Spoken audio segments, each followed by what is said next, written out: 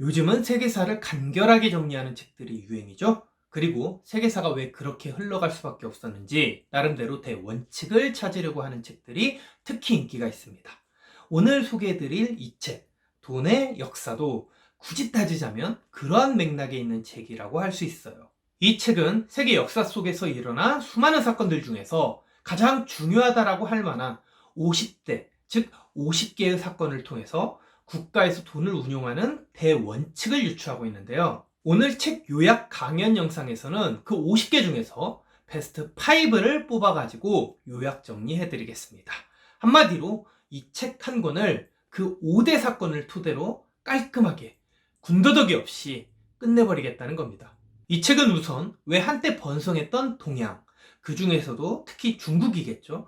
중국이 왜 서양보다 근대화가 늦을 수밖에 없었는지. 두 번째로는 아메리카 대륙에 거대한 식민지를 거느렸던 유럽 제1의 패권 국가 스페인이 정작 왜 계속 번창하지를 못했는지. 그리고 세 번째로는 오히려 영토도 작고 인구수도 적었던 영국이 어떻게 대국 프랑스를 물리치고 유럽의 패권을 거머쥐게 됐는지. 네 번째, 그리고 왜 미국은 군사력만이 아니라 경제력으로도 세계 제1의 국가로 대접받고 있는지. 마지막으로 1929년의 대공황, 1989년 일본 경제의 몰락, 2008년 모기지 사태는 왜 발생했는지, 그리고 그로부터 우리는 무엇을 배워야만 하는지, 이 거시적인 5가지의 문제의식 및 쟁점의 이유를 전부 돈, 조금 더 정확히 말하자면 통화정책이라고 할 수 있겠죠.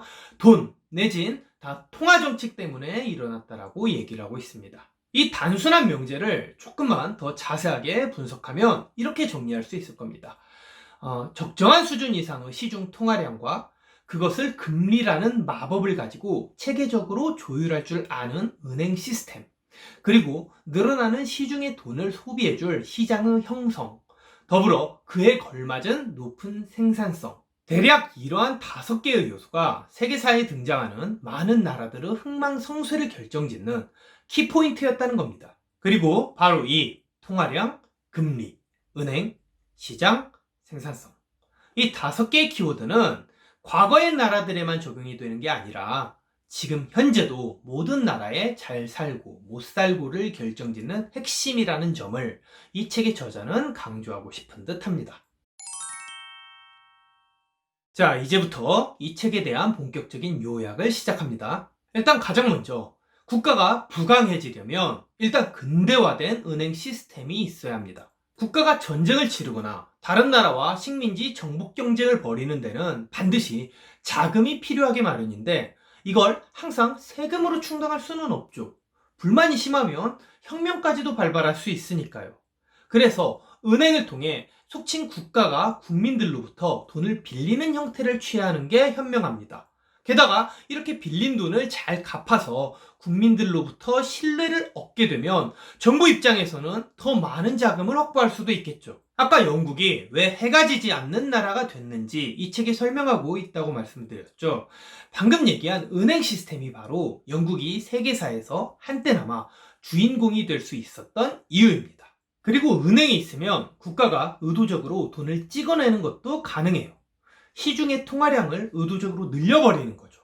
특히 그렇게 돈을 찍어내는 나라의 통화가 기축통화라면 아무리 돈을 찍어낸다 한들 그 나라 돈의 가치는 딱히 급락하거나 휴지 조각이 될 리가 없겠죠. 이게 바로 정작 경상수지에서 적자를 면치 못하고 있음에도 불구하고 미국이 부유한 나라로 지위를 유지할 수 있는 이유입니다. 하지만 시중의 통화량이 늘면 마냥 좋은 걸까요? 그렇지는 않죠. 국민이 은행으로부터 대출을 받아 그 돈을 가지고 생산적인 일에 투자를 하고 실제로 사회 전반적으로 또 생산성이 높아지면 천만다행인데 경기가 활성화되고 있다는데 한껏 취해버리거나 착각을 해버리는 나머지 국민들이 수중의 돈을 주식이나 아니면 부동산 같은데 과할 정도로 투기를 해버릴 수도 있죠. 그런데 정작 실물 경제는 그를 뒷받침할 만한 상황이 아니었다면요. 그야말로 대혼란이 시작되겠죠. 아까 말씀드린 1929년의 세계 대공황, 1989년 일본 경제의 몰락, 2008년에 야기된 미국발 모기지 사태. 이게 전부 방금 얘기한 대혼란의 실제 사례들입니다. 그럼 이렇게 과열된 시중 통화량을 조율하려면 결국 뭐가 필요했을까요? 그렇죠. 대충 경제학 상식이 있는 분들이라면 퍼뜩 답이 나올 겁니다. 바로 금리를 조정해야죠. 어떻게? 금리를 상승시키는 겁니다. 이게 바로 이 책 중반부터 종이가 닳도록 저자가 강조하고픈 금리 조율의 중요성입니다. 금리로 통화량을 조정하는 일이 현대 경제에서는 마치 체력 단련으로 치자면 코어 운동이나 마찬가지라는 거죠. 자, 여기까지 잘 따라오셨나요? 기왕 하는 김에 조금만 더 힘내서 요약을 해봅시다.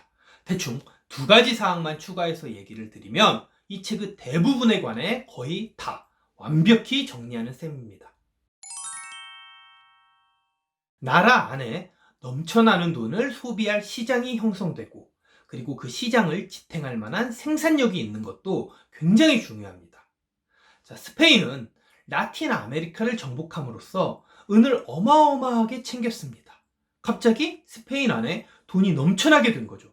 그런데 스페인의 재화 생산력은 당시 그만큼 발달하지 못했습니다. 그래서 스페인 사람들 입장에서는 막상 돈도 있고 수요를 더 늘릴 여력도 있었는데 그만큼 필요하거나 고급스러운 물건들을 구하기는 힘들었어요. 결국 스페인에서는 외국에서 수입하는 물건들이 많아졌고 식민지에서 가져온 은은 고스란히 외국으로 자동 반출된 셈이죠. 재밌는 점은 당시 스페인이 공교롭게도 자신들의 은을 상당 부분 갖다 바친 나라가 바로 중국이라는 점입니다. 그런데 중국에는 당시에 불운한 요소가 두 개 있었어요. 첫째는 당시 명나라 황제였던 만력제가 정치에 관심이 없었다는 겁니다.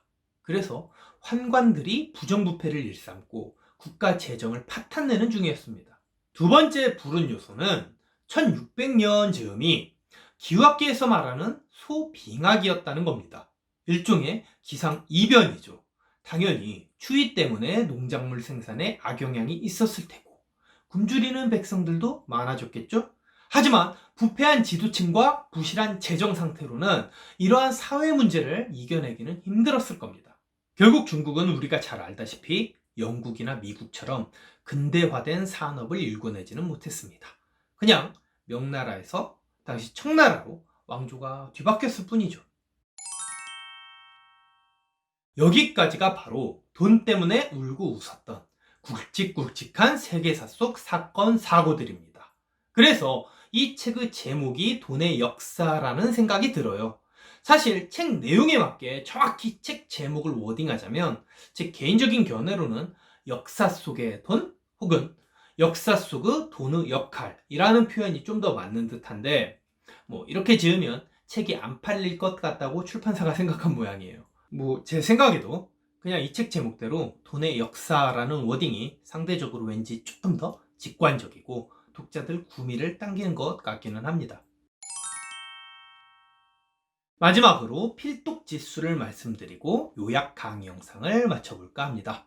저는 필독 지수로서 총 별점 5점 만점 중에 과감히 그냥 5점 드리고 싶습니다. 일단 어찌 보면 딱딱하고 조금 재미없을 수도 있는 경제학 개념들을 이렇게 역사 얘기와 결부시켰기 때문에 굉장히 재미나게 읽을 수 있어요. 역사 얘기는 언제 보든 항상 재밌잖아요. 사실 경제학에 대해 평균 2, 3급의 지식이 있는 분들이라면 사실 좀 알고 있는 내용들이 많아서 중간중간 살짝살짝 스킵하며 볼 대목들이 꽤 많을 수도 있지만 속칭 자신이 경알못, 경제에 관한 문외한이다. 경제 원리, 특히 국가가 돈을 운용하는 원리에 대해서 난 잘 모른다. 그런 분들이시라면 이 책은 근대 이후 금융의 역사를 이해하는데 상당히 도움이 될 겁니다. 그리고 문장이 꽤 깔끔하고 담백합니다. 그래서 가독성도 좋아요. 여기 보시는 바와 같이 중간중간 사진이나 도표, 그래프 같이 시각 자료를 충실히 활용한 점도 가독성을 높이는 데 한몫하고 있습니다. 그럼 오늘의 책 돈의 역사에 관한 요약 강연 영상은 여기에서 마치도록 하겠습니다. 오늘도 늘 한결같이 시청해 주셔서 감사합니다. 오늘도 모두들 지적인 하루 보내시길 바랍니다. 그리고 오늘 강의 영상 주제와 관련한 글쓰기 및 말하기 전용 서술형 문제죠. 논구술형 발제문과 그에 대해 제가 직접 쓴 예시 답안을 같이 다운로드해서 볼 수 있도록 영상 설명란에 링크를 첨부해 놓겠습니다. 시청하신 분들 중에 글 실력이나 말 실력을 향상시키길 원하시는 분들은 잊지 말고 꼭 챙겨서 자기 개발에 활용하시길 바랍니다. 누누이 말씀드리는 바이지만 글과 말 그리고 지식은 직접 손으로, 입으로 써봐야 합니다.